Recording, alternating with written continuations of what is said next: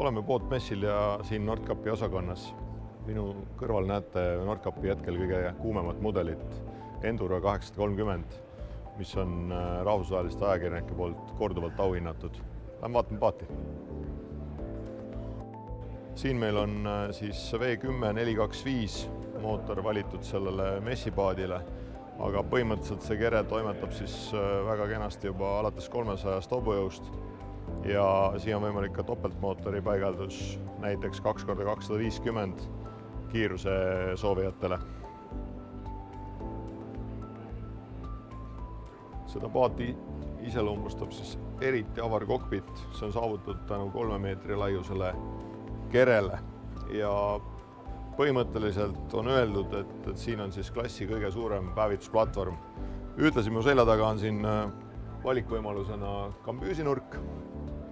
Kogu selle paadi seob ära hardtop, mis siis on tegelikult kattega kogu ulatuses suletav. Samal ajal säilib paadi ümberkäidavus. Vööritekit leiab Nordkapi siis legendaarse päevituspadja, mis siis kasutusest maas olles klapitakse katte alla kokku. Järjest rohkem soovivad kliendid näha statsionaarset ankruvintsi käsiankru asemel. Ka see optsioon on sellele paadile lisatud. 2026 mudeliaastast siis Nordkap on siirdunud Glass Bridge lahendusele. Plotter on integreeritud autodelt tuttaval viisil armatuurlauda, touchscreen ehk siis puututundlik ekraan. Nordkapil omaselt sõiduasend on sportlik, ergonoomika on kõik hindele 5 paigas, nähtavus kõikidele suundadele ideaalne. Innovaatika poole pealt järjest rohkem on paatidel näha joystick lahendusi.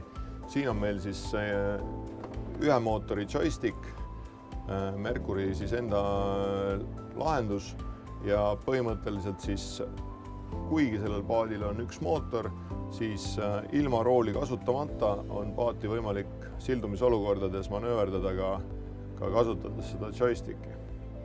Joystick töötab koostöös vööripõtkuriga, ehk siis ahtrit juhib mootor ja vööri siis juhib põtkur.